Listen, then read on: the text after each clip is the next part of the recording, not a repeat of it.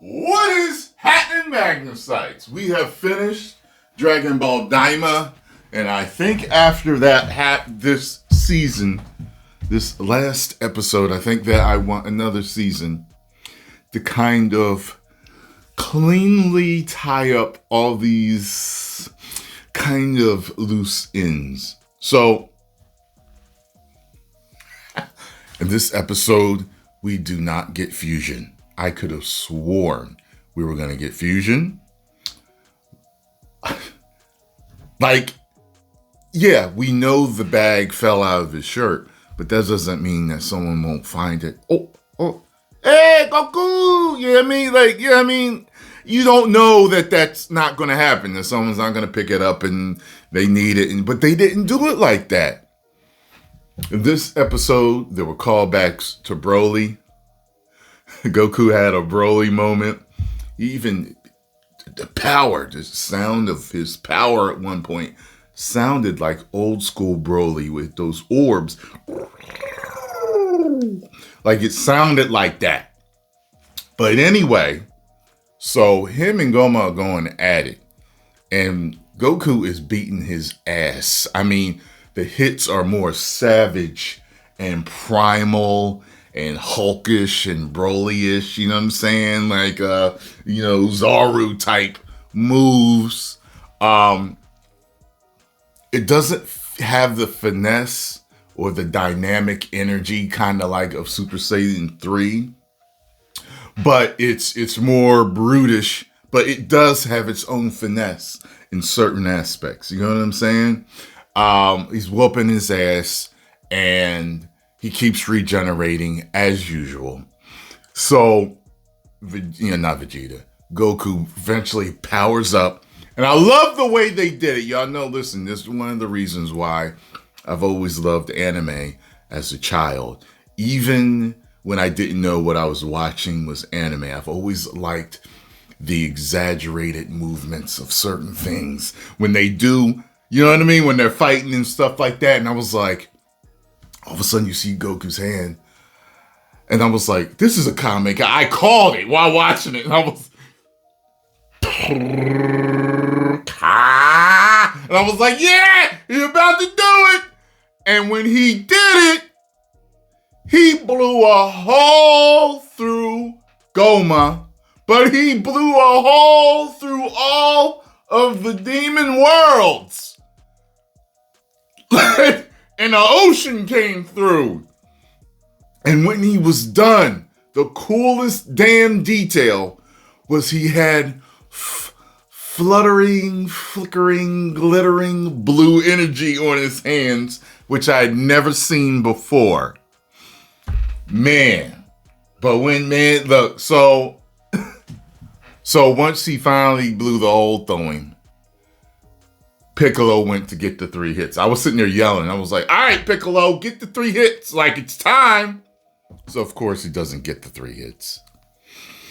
He gets knocked to the side. And guess who saves everyone? Majin Buu.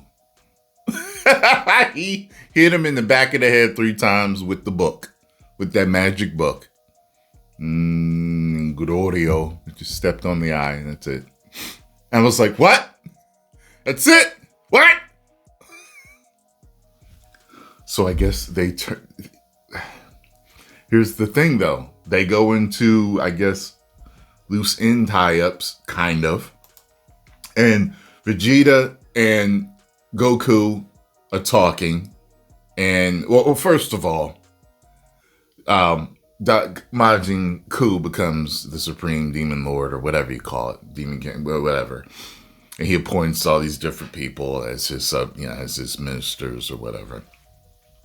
But Goku and Vegeta are talking, and he says that he hid that transformation from him. So this is another callback to Super Saiyan 3. Basically, he says, to the Majin Buu arc with Super Saiyan 3, and he says that, well, Majin Buu was really hard, and tough. So I trained really hard, but I didn't know if it would work. So wait, you're telling me that this old Namek drew it out of you because you refused to use it because you wasn't sure if it was going to work? Is that what happened? And then once he drew it out, I was like, well, everybody knows I can do it now. Like, okay, it does work. Okay, I'll use it again now that I'm an adult. Is that what happened? And then he talks about another, Super Saiyan, bargain sale. And then, Vegeta's, he's like, hey, but you went Super Saiyan 3 too. And he's like, that wasn't Super Saiyan 3, that was Ultra Vegeta 1. I was like, okay. And it's like he couldn't think of nothing to say. When I first saw it, I was like, is this their way of writing away him not using it? Like it's a ultra version of his 1? Like we know that Super Saiyan 2 and 3 are just powered up versions of Super Saiyan. They're not truly different forms. I think Akira Toriyama has said that basically if they control Super Saiyan 1 perfectly, truly perfectly, they'll never need to go to 2 or 3. You know what I mean? But, so there's that. And at the end, they go back to the store to get, more bugs, to regenerate, like the ones that are like the Senzu beans, because they're running low on Senzu beans. Bulma finds some bugs that actually de-age her 10 years, so she takes a whole basket. But she also had evil eyes for sale. Said she was only managed to sell one. So you tell me that damn Demon King bought one years ago or whatever. And I'm telling you, she's like, hey, would you like one? And they're like, and that's basically how it ends. But I'm like, yeah, buy all of them and bury them somewhere. Lock them away so nobody else can get them. How you got something that powerful for sale in the damn store? But then again, those bugs are extremely powerful too. So whatever. But we didn't get to see them use fusion bugs. There's got to be a second season. I want a second season.